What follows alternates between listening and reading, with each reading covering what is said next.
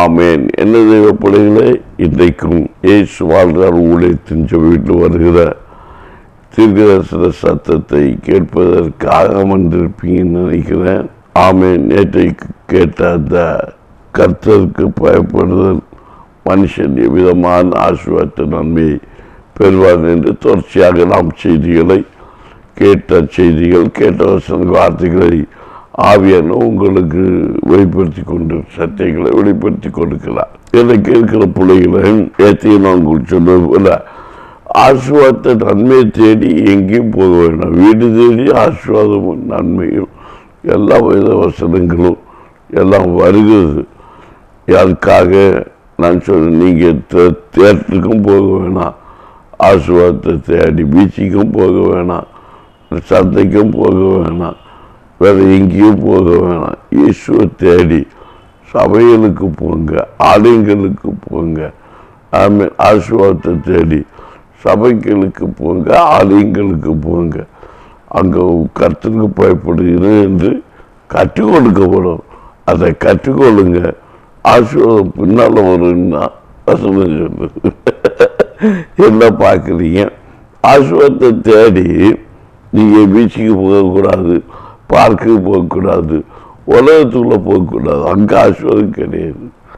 நீங்கள் ஆசீர்வாதத்தை தேடி போகணுன்னா, நன்மை வேணும்னு கேட்டு போகணுன்னா உலகத்துக்குள்ளே போகாமல் சித்தியை தேடி பெரியப்பா தேடி பெருமையை தேடி அடைக்கிறதுக்கு ஆக்கி தேடி இங்கே தேடி போகாமல் எங்கே போகணுமா?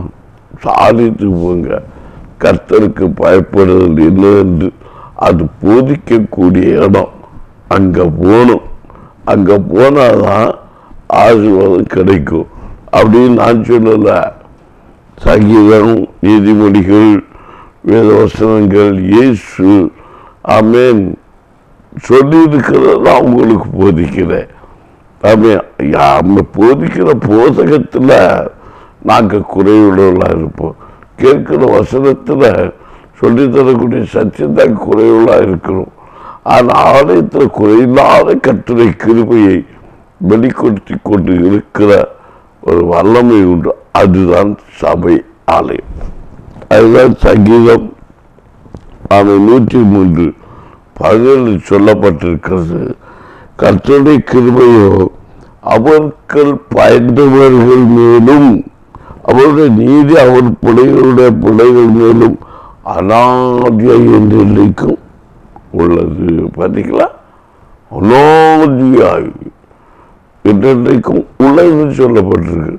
அது பயப்படுற பிள்ளைகளுக்கு உண்டான இந்த கிருபையை பற்றி நீங்கள் அறிந்து கொள்ளணும்.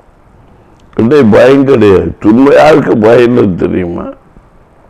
ஆண்டவரை குறித்த பயம் இல்லாத மனுஷன் ஆண்டவர் என்ன சொல்றாரு தெரியுமா? துன்மார்க்கன் உனக்கு முகத்தில் தெய்வ பயம் கிடையாது. ஆலயத்தில் வந்து தெய்வ பயமே கிடையாது. ஆலயங்கள்ல சில பணம் இருக்கு. பணத்தினால பாருங்க, ஆலயத்தில் வந்த பாட்டு பிரசங்கத்தை வெறுத்து பேசுவதும் அவமானம் சொல்லுவதும் இதெல்லாம் ஆண்டு பெரிய சாபம். நம்ம ஊழியக்காரர்கள் அவமதிப்பதும் ஆண்டுடைய வசனத்துக்கு உதவமாக பேசுவதும் தவிர சொல்லிக்கிடுங்க.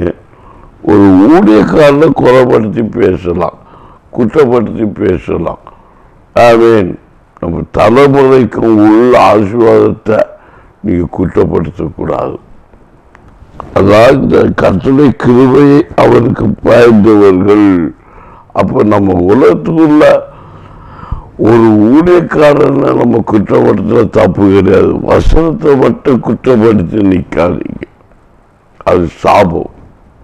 ஏன்னா ஒவ்வொரு வசனங்களும் ஒவ்வொரு வார்த்தைகளும் அது எல்லாம் கர்த்தரிடத்தில் வருகிறது.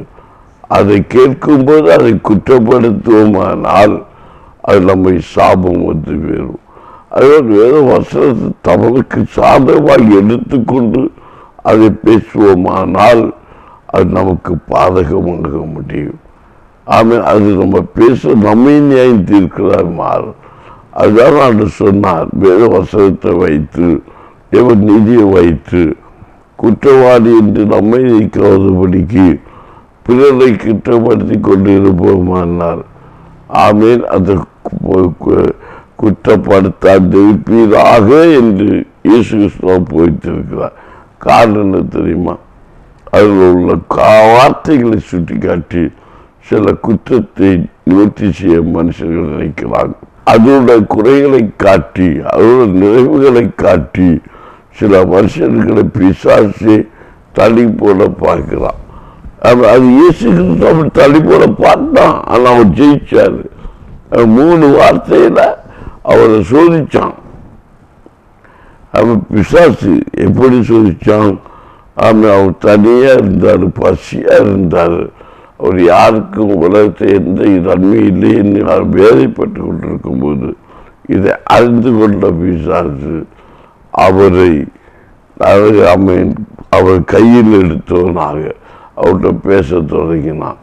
நீ தேவனுடைய குமாரனே ஆனால் எழும்பி அவன் தாளை குதியும். நீ தேவனுடைய குமாரனை ஆனால் எல்லாவற்றையும் உமக்கு தருகிறேன், என்னை வணங்கும். தேவனுடைய குமாரனானால் கீழே குதியும் அப்படின்னு பார்க்கப்படி இப்படி பல சோதனைகளை போட்டு ஆமேன் அவரை பரிசோதித்த போதிலும் அவரும் அவனுக்கு வசனத்தை வைத்து ஒரு தேவனாகிய கர்த்தரை நீ சோதிக்காதிருப்பாயாக என்று எழுதியிருக்கிறது என்று சொன்னார். அதோடு அவங்ககிட்ட ஓடி போனான். இவனுக்கிட்ட என்ன படிக்காது, பாச்சா படிக்காது. அப்போ அதுக்கு அர்த்தம் என்ன? ஒரு வேத வசனத்துடைய ஒரு மனுஷனுக்குள் இருக்குமானால் வசனத்துக்குரிய கர்த்தருக்கு பயப்படுற பயம் ஒரு மனுஷனுக்குள் நிறைவாய் இருக்குமானால் ஒரு மனுஷனை எந்த பிசாசும் எந்த மனுஷனுடைய சூழ்ச்சிகளும் எந்த மனுஷனுடைய கிரியைகளும் அவனை என்ன செய்ய முடியாது, தவறாக நடத்த முடியாது. அப்படி எல்லாம் உண்மையா இருப்பான். அவன் எது செய்தாலும் அவன் தனக்கு சுயத்துக்காக செய்ய மாட்டான், பிறரிடத்துக்காக பிறருடைய சந்தோஷத்திற்காக. அப்படின்னு என்ன ஃபர்ஸ்ட் அப்ப தாத்திக்கிறது என்னவா அப்படின்னு கேட்காதீங்க. அதாவது பிறர்னா இதை அவனுக்கும் அவனுடைய பிள்ளைகளுக்கும் அவனுடைய குடும்பத்திற்கும் ஒரு மனுஷன் செய்கிற காரியம் அவன் பிறநலன் தான், பிறநலத்துக்காக செய்யணும். ஒரு சந்ததிக்காகவும் உன் பிள்ளைகளுக்கு செய்யணும்னா நீ கிருபைக்காய் காத்திருந்து ஆண்டவருக்காக பயந்து நடக்கும்போது நீ உண்டாக்கி வைத்திருக்கிற அனைத்தும் பிறருக்காக பிரயோஜனப்படுற இருக்கும். இல்லையோ உன்னோட கூட தீர்ந்து போகிறோம். அது என்ன வழக்கம்? என் பாட்டு இப்படி சொல்லி மனுஷனை டென்ஷன் ஆக்குறீங்க அப்படின்னு நீங்க கேட்கலாம். உங்களோட பிடிச்சி நீங்க சம்பாதிச்ச பொருளை நீங்களும் தீர்த்துட்டு போயிடுவீங்க. பிறருக்கு பிரயோஜனப்படாது. அப்ப உங்களுக்கு புலன் யார்? உங்களுடைய சந்ததி தான் உங்களுக்கு அர்த்தம். அவன் தான் உங்க சந்ததி. நீங்க உண்டாக்குற பொருளை ஆள பிறந்தவன். அப்ப பிறருக்கு நீங்க பிரயோஜனப்படணும் அப்படின்னா கர்த்தருக்கு பயந்து நடக்கணும். அதான் கறி கொடுக்கிற நன்மை. நீங்க சம்பாதிச்ச பொருளை யாரும் அனுபவிக்காம போனா அதனால என்ன பயன்? அதே போல் நான் தான் அனுபவிக்கிறேன் நீ நினைச்சுக்கிட்டு எல்லாத்தையும் சம்பிரதாயமாக உண்டாக்கி வைத்து விட்டு இருந்தா அது நடக்காத காரியம். அதுக்குதான் ஆண்டவர் சொன்னாரு, நான் இருந்து திம்பேன், நின்று திம்பேன், இல்லை படுத்துக்கிட்டே திம்பேன். அப்படியெல்லாம் நடக்காது. ஆண்டவர் சொல்ற உனக்கு உள்ளாத எல்லாவற்றையும் இன்னைக்கு நான் எடுத்து போயிட்டா, உனக்கு ஜீவனை நான் எடுத்துக்கிட்டா, உனக்கு நன்மையை உனக்கு ஆசீர்வாதத்தை நான் எடுத்துக்கிட்டா அது பாஸ்டர் அது எப்படி எடுக்க முடியும்? நான் சேமிச்சு வச்சிருக்கேன்னு இந்த கேள்வி நீ கேட்குற. அம்மேன் அன்று அவரை பார்த்து கேட்கிறாரு, அறிவுகட்ட மனுஷா, இன்றைக்கு உனக்கு இந்த உன் ஜீவனை எடுத்துக்கொண்டால் நீ வைத்திருக்கிற ஆசீர்வாதத்தை யார் பிரிக்க முடியும்?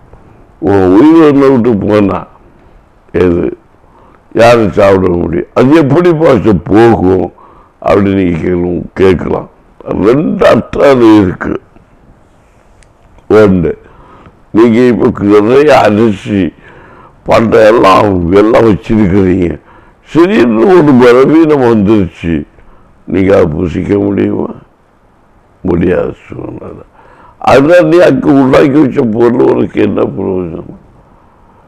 இதாண்டவர்கிட்ட கேட்கிற கேள்வி உனக்கு போதிக்கிற வசனங்கள்.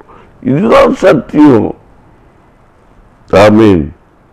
அது சொன்ன வார்த்தையை குறித்து நான் தியானிக்கும் போதெல்லாம் ரொம்ப சந்தோஷப்படும். ஒரு பக்கம் மனுஷனுடைய அறியாம ஏதாவது நினைக்கிறாங்க. அதுக்குரிய வாழ்க்கை என்ன? நேற்றை கேட்டேன், கனி கொடுக்காத ஒரு மரத்தை பேர சொல்லுங்கன்னா யாருக்குமே சொல்ல தெரியல.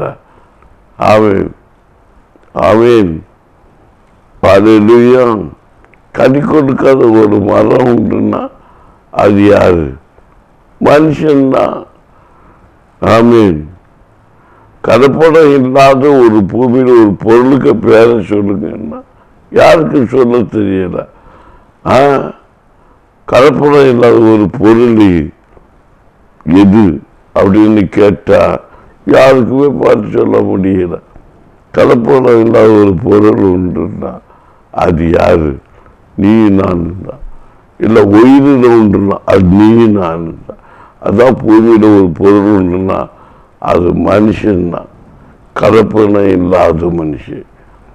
பாக்கி எல்லாத்துக்கும் உலகத்தை எல்லா பொருளும் அரிசி சீரகம் ஓமம் வந்து எல்லாத்துலேயும் கலப்படம் இருக்கு. அது நம்ம மனுஷனு மேலே கோடி இருக்கட்டும் எல்லாத்துலேயும் கலப்படம் இருக்கு.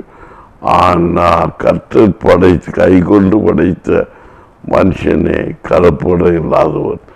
ஆனால் அவன் கலப்படமாக்கப்பட்டது கீழ்ப்படியாத நிமித்தம் அவன் கலப்படமாக்கப்பட்டான். கேட்க தேவைப்படையில. அப்போ கர்த்தருக்கு பயப்படுற பயம் இல்லாததுனாலதான் அவருடைய வாழ்க்கையில என்ன இல்லை? ஆமீன், சமாதானம் இல்லை. அது இந்த வருஷம் கர்த்தரை கிருபை அவனுக்கு பயந்தவர்கள் மேல். அவன் பயந்திருந்தா அவருக்குள்ள கலப்படம் வந்திருக்காது. பயராம இருந்தனால கலப்படம் அவனுக்கு வந்து என்ன பாசனிக்கு அப்படி திடீர்னு ஒரு பெரிய அணுகுள்ள தூக்கி வசனத்தில் போடுறீங்க அப்படின்னு பார்க்குறீங்க. ஆதாமைக்கு கர்த்தருக்கு பயப்படுற பயம் அவங்கள்ட்ட இல்லை. இல்லாதனாலதான் அதை புசிக்காத சொன்ன மரத்துக்குள்ளே இருந்த கனியை புசித்தாங்க. பயந்துருந்தா புசித்திருக்க மாட்டாங்க. ஐயோ, அந்த மரத்தில் கனியை புசித்தா நாங்கள் நல்லா இருக்க மாட்டோம், எனக்கு அப்போ சொல்லியிருக்காங்க, அதனால புசிக்க கூடாது புசிக்காம இருந்திருப்பாங்க. அவங்க ஏதோ சொல்றதுல பாதுகாப்பா பத்திரமான இடத்துல வச்சா பத்திரமா இருந்திருக்கும். அதே போல பத்திரமான மனுஷன் பத்திரமான இடத்துல பத்திரமான பாதுகாப்போட பத்திரமா அவன் இருக்க முடியல. கர்த்தருடைய வார்த்தை கீழ்படிச்சு பத்திரமா அவன் இருந்திருப்பான். ஆனா பத்திரமா அவன் இல்லாதபடிக்கு போக காரணம் அவன் பத்திரமா வாழக்கு அவன் ஒப்பு கொடுக்காததான் அதுக்கு காரணம். அதுலையா இப்ப ஆடல் வியாதியும் மானமா சுற்றி கொண்டு இருக்கிறாங்க. என்னை கேட்க தேவைப்படுகளே, எதுக்கு கர்த்தருக்கு பயப்படுற பயம் இல்லை? சபைகள் எல்லாம் போனா எனக்கு ஆச்சரியமா இருக்கணும். எங்க வேணாலும் தங்கி இருப்பாங்க, நேரத்தை போக்குவாங்க. பீச்சில் போய் நேரத்தை போக்குவாங்க, எங்கெல்லாம் நேரத்தை போக்குவாங்க. ரேஷன் கடையில் போனால் நேரத்தை போக்குவாங்க. வந்த வீட்டில் போய் இருந்தால் காத்தாக்க ஜோரா உட்காந்து இருந்துக்கிட்டு அடிச்சுக்கிட்டே இருப்பாங்க. திருமண வீட்டில் போனால் நேரத்தை கோட்டம் ஃபியூட்டம் போட்டுக்கிட்டு மாப்பிள்ளை ரெடி ஆகுறதுக்கு முன்ன இவங்க ரெடியாகி போய் நிற்பாங்க. ஆலயத்தில் பாருங்க, பாஸ்டர் சோத்திரம் செய்வேனே இவங்க அதை உபத்திரமாக வச்சுக்கிட்டு அப்புறம் எங்கே இருப்பாங்க?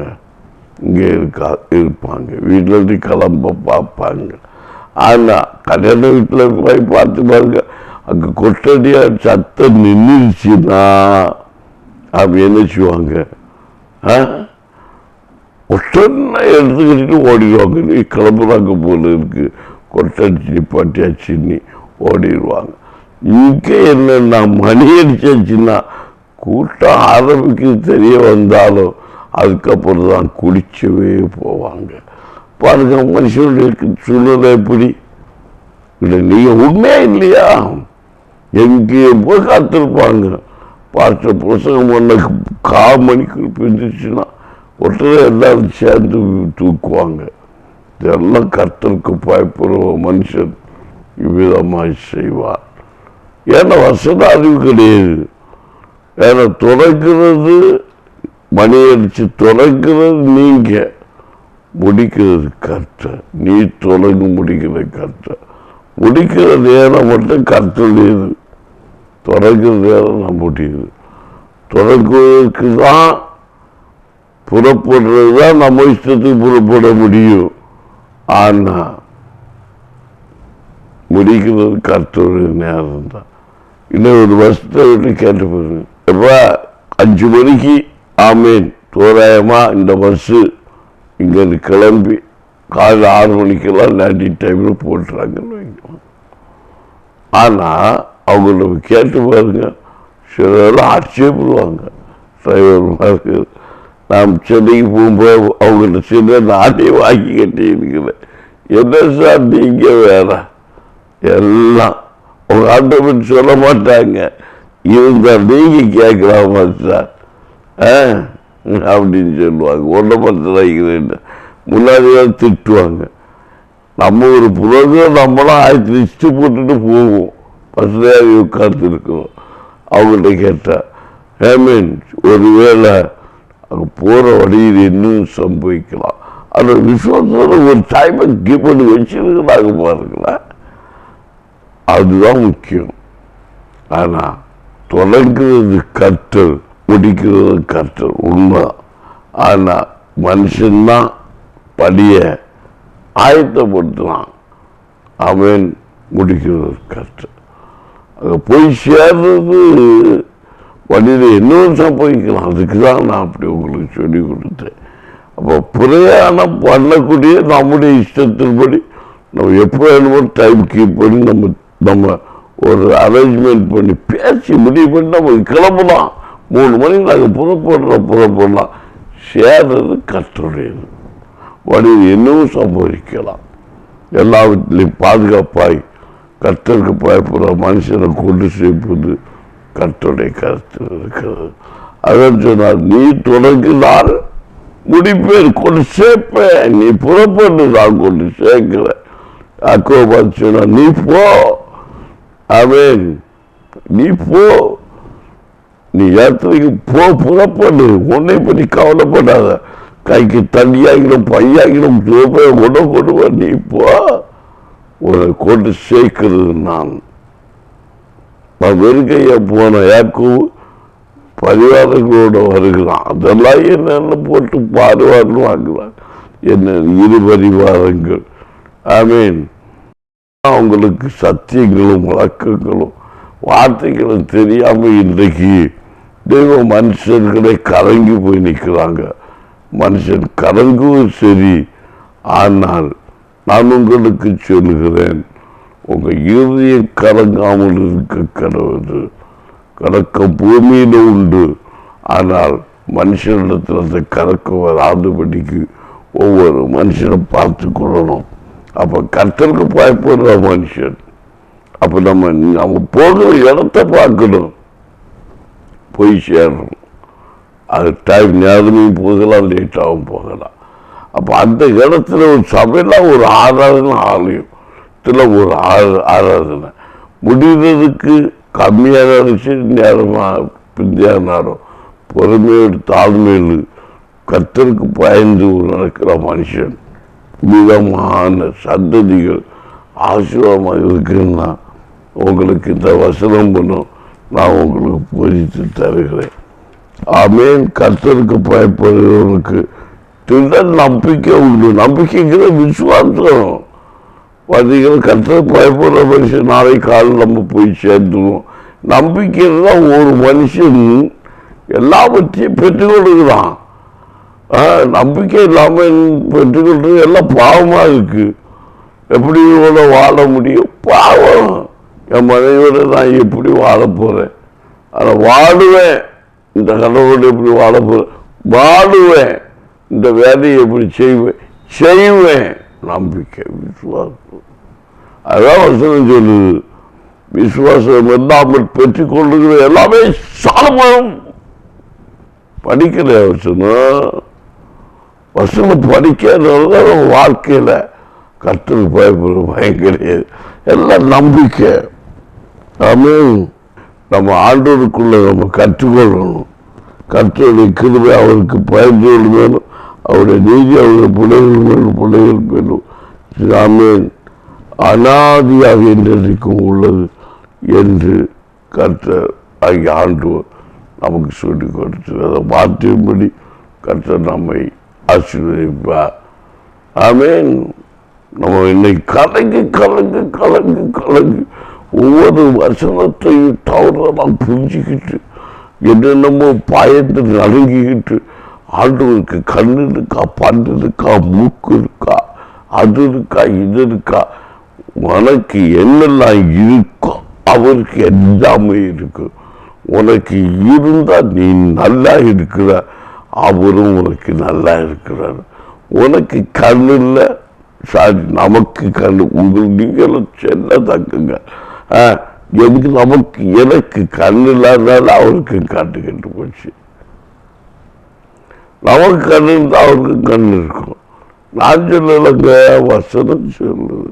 இயேசு சொல்லியிருக்காரு, ஒருவருடைய கண் அவனுக்கு வெளிச்சமாயிருந்தால் கண்ணு இருக்குன்னு அர்த்தம்.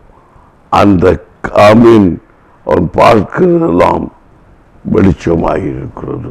ஒருவருடைய கண்ணவனுக்கு இருளாயிருந்தால் அந்த கண்ணவனுக்கு இருளாயிருக்கு. ஒளி கொடுக்கல. ஆமேன். ஒளி, அதுதான் ஒளி. கண்ணி கிரிய கண்ணு இருக்கிறவன் அவன் கிரியை கற்ற செய்கிறான். கனி கொடுக்கிறான். கிரிங்கிறது கனி கொடுத்தது. அவன் சரியான வண்டி தான் போவான். அவனுக்கு கண்ணு சரியால் இருள போகாது, ஒளியில தான் போகும். அதுதான் ஒளி. ஆமீன். அல்லேலூயா. அவன் கண்ணு இருளாச்சுன்னா ஒளியில நடத்த முடியாது, இருளுக்கு தான் போகிறான். அவன் ஒளியா இருக்க முடியாது. அதான் அவர் தான் ஒளி. நல்ல வழிகாட்டு அவன் நடக்க முடியாது. கோணான் வந்து போய் விழுந்து குண்டுக்குள்ள குளத்துக்குள்ள விழுந்துக்கிறப்ப அதே கற்ற ஒளி. ஆமீன். அல்லேலூயா. என்ன நேயர்களே, கற்ற வசத்த வார்த்தையில் கேட்டீங்கதானே? கற்ற கிருபைக்காக காத்திருங்க. கற்ற தாமே உங்களை மகிமைப்படுத்துவதாக. ஆமை. இனி அடுத்த வார்த்தை நாளையும் கர்த்தருடைய வசனத்தை கேட்கலாம். ஜெயிப்போம், தெய்வப்போம். நன்றி பரலோக தகப்பனே, மகிமையான வேத வசனத்தை குறித்து விளக்கங்கள் மூலமாக நாம் கேட்டறிந்திருக்கிறோம்.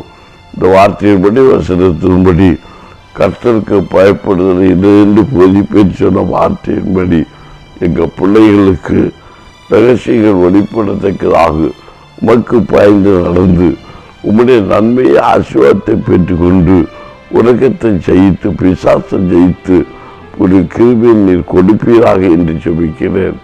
இப்போது ஜெபித்து கொண்டு இருக்கும்போ குடும்பத்திற்கு மறைவாகி இருக்கிற நன்மைகளை ஆசீர்வாதங்களை பிள்ளைகள் பெற்றுக்கொள்ளும்படி அப்படி இருக்க செய்யும். படிப்பதற்கு ஞானம் இல்லை, அவன் நல்ல ஞானத்தை கொடுப்பீராக, அறிவை கொடுப்பீராக, ஆற்றலை கொடுப்பீராக, கர்த்தரை பயப்படுற பயத்தை கொடுப்பீராக, கர்த்தருக்கு கீழ்ப்பதை கொடுப்பீராக கண்டு ஜபிக்கிறேன். இப்போது அற்புதம் நடக்கட்டும்.